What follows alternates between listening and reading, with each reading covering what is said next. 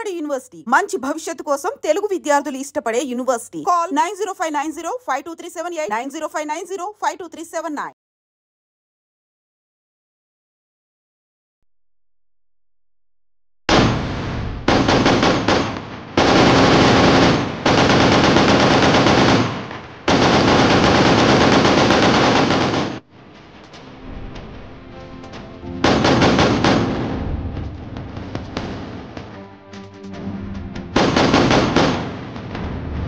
बोलिए ना मुझे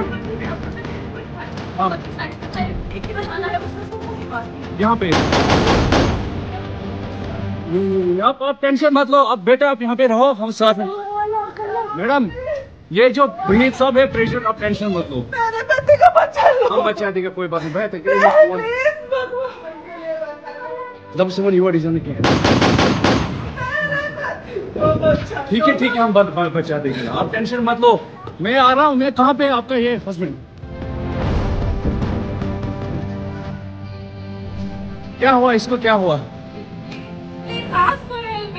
okay don't worry. You okay? You need a water sir? हैं?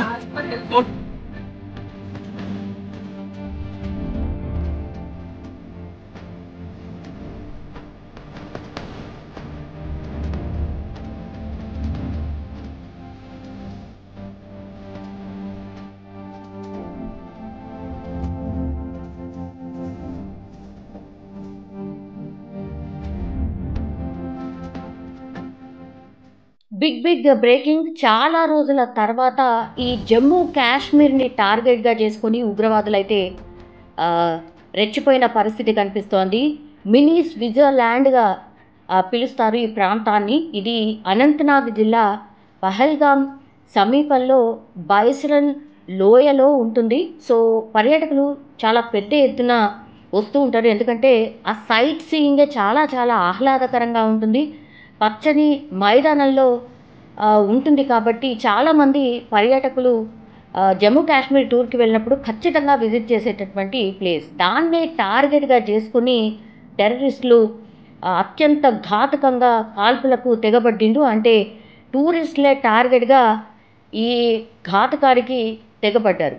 ఇది నిన్న 3 గంటల ప్రాంతంలో అయితే, మధ్యాహ్నం 3 గంటల ప్రాంతంలో జరిగినటువంటి సంఘటన. ఒక్కసారిగా పూర్తిగా ఆ మైదాన ప్రాంతం, పచ్చని ఆహ్లాదకరమైనటువంటి వాతావరణం ఉన్నటువంటి ప్రాంతం పూర్తిగా రక్తసిక్తం అయిపోయింది. ఆహాకారాలు మిన్నంటిన పరిస్థితి అయితే కనిపిస్తోంది. చాలా సమీపంగా, అంటే ఈ టూరిస్టులకు దగ్గరగా, అంటే టూరిస్టులను 1-to-1 లాగా, అంటే ఎదురెదురుగా నిల్చొని అతి సమీపంగా వీళ్ళు గన్ ఎక్కిపెట్టి విచక్షణారహితంగా కాల్ చేసిండ్రు. మహిళలు కావచ్చు, చిన్నారులను మాత్రం పక్కకు తోసేసి కేవలం పురుషులనే టార్గెట్గా చేసుకొని 28 మంది పర్యాటకులను కాల్ చేసిన పరిస్థితి.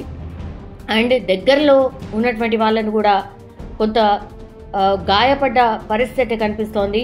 చాలామందికి గాయాలు కూడా అయినాయి.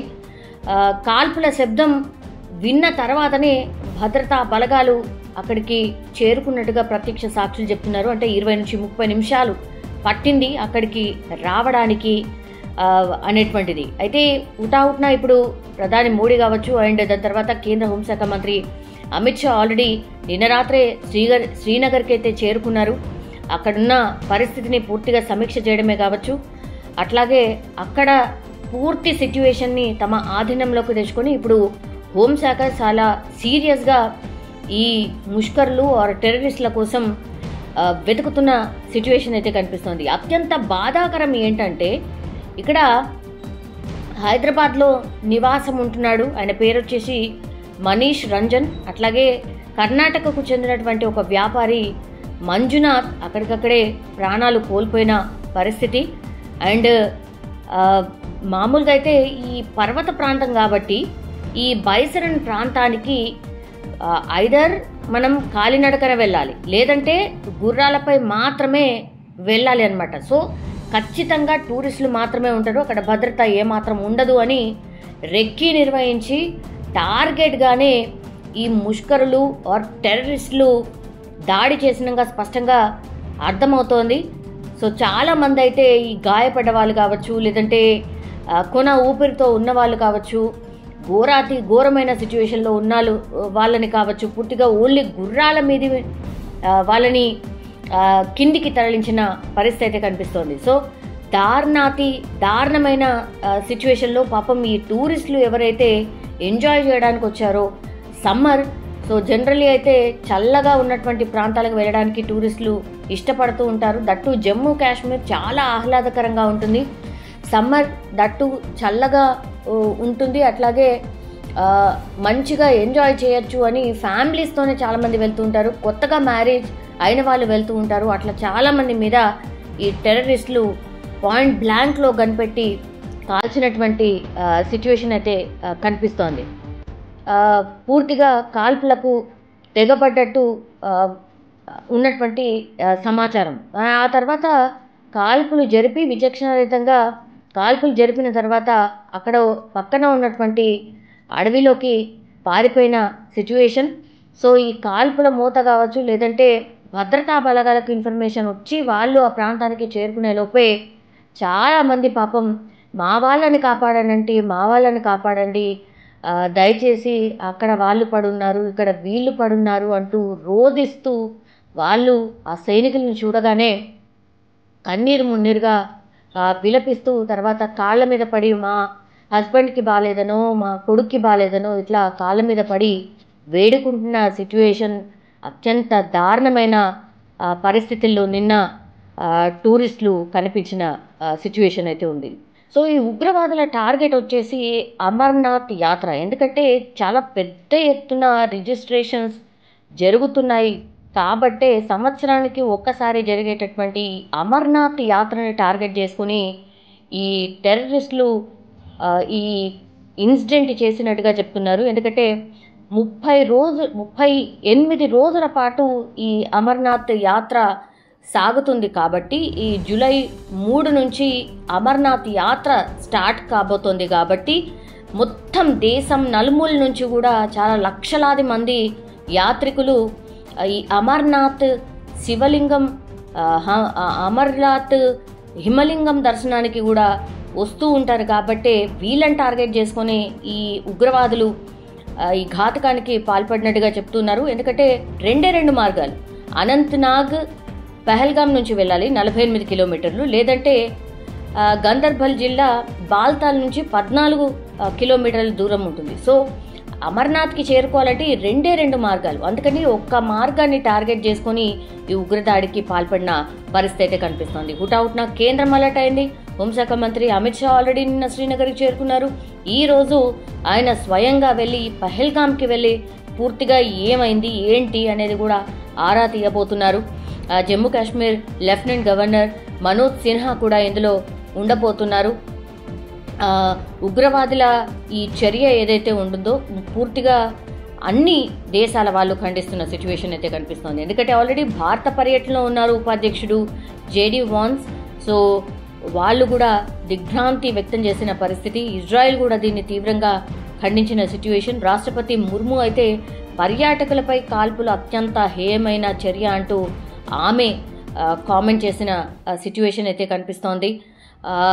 మేము దృఢ సంకల్పంతో ఉన్నాం, ఉగ్ర నిర్మూలనే లక్ష్యంగా మేము ముందుకు కదలబోతున్నాం, ఇది హేయమైనటువంటి చర్య అంటూ కూడా ప్రధాని మోడీ ఆయన కూడా ఖండించిన సిచ్యువేషన్ అయితే కనిపిస్తోంది. అయితే వీళ్ళు మనుషులు కాదు మృగాలే అంటూ ఉమర్ అబ్దుల్లా కూడా ఆయన